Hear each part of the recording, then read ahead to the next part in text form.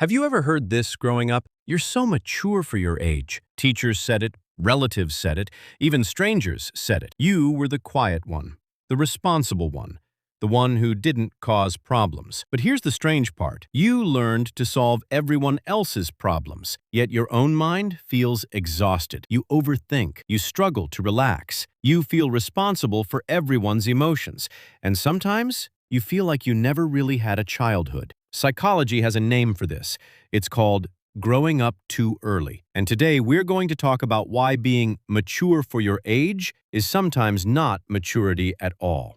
It's a trauma response. Most kids grow slowly. They make mistakes. They play. They learn responsibility little by little. But some children don't get that luxury. Maybe there were family problems. Maybe parents were stressed. Maybe emotions in the house were unpredictable. So the child adapts.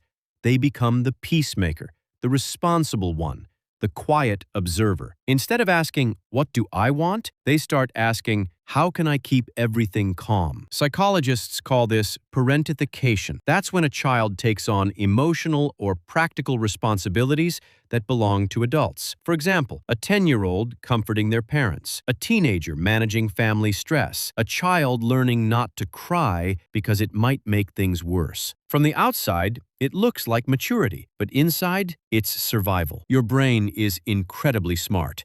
Its number one job is simple: keep you safe. When the environment feels unstable, the brain develops coping strategies. Some kids become loud. Some become rebellious, but others become overly mature. They become the listener, the helper, the problem solver, because their brain learns something important. If I stay calm, if I stay responsible, if I don't create problems, things will stay safe. So they start suppressing emotions. They stop complaining. They become strong for everyone else. But here's the problem. That habit doesn't disappear when you grow up. It follows you into school, friendships, and even adulthood. Many students who were called mature deal with struggles no one notices. First, overthinking. You analyze every situation, every conversation, every decision, because growing up, you had to read people's emotions carefully. Second, people-pleasing. You feel responsible for making others happy. You struggle to say no. You apologize even when it's not your fault. Third, burnout. You push yourself too hard. Good grades, helping friends, handling responsibilities. But inside, you're exhausted. And the hardest part? You feel like you can't ask for help because everyone sees you as the strong one. But listen carefully. Even strong people need support. If some of these feel familiar, you might relate. You feel guilty resting.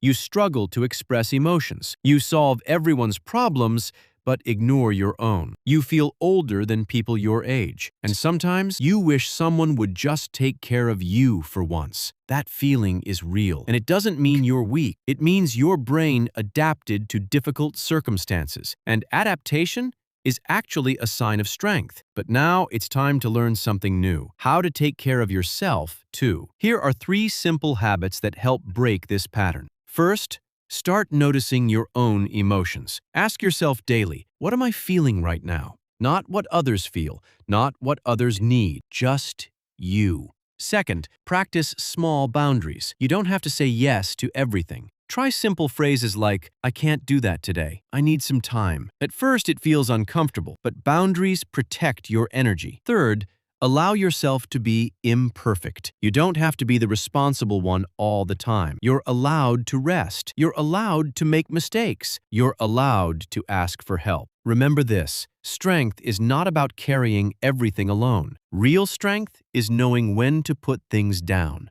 If someone called you mature for your age, maybe they were right. You learned things early that others learn much later. But you deserve something too: peace, balance, and a life that doesn't feel like constant responsibility. Your past shaped you, but it does not have to control your future. And if this video made you feel understood even a little, make sure you like this video. Subscribe for more psychology and student self-improvement content, and share it with someone who might need to hear this today. Because sometimes the strongest people are just children who learned to survive too soon.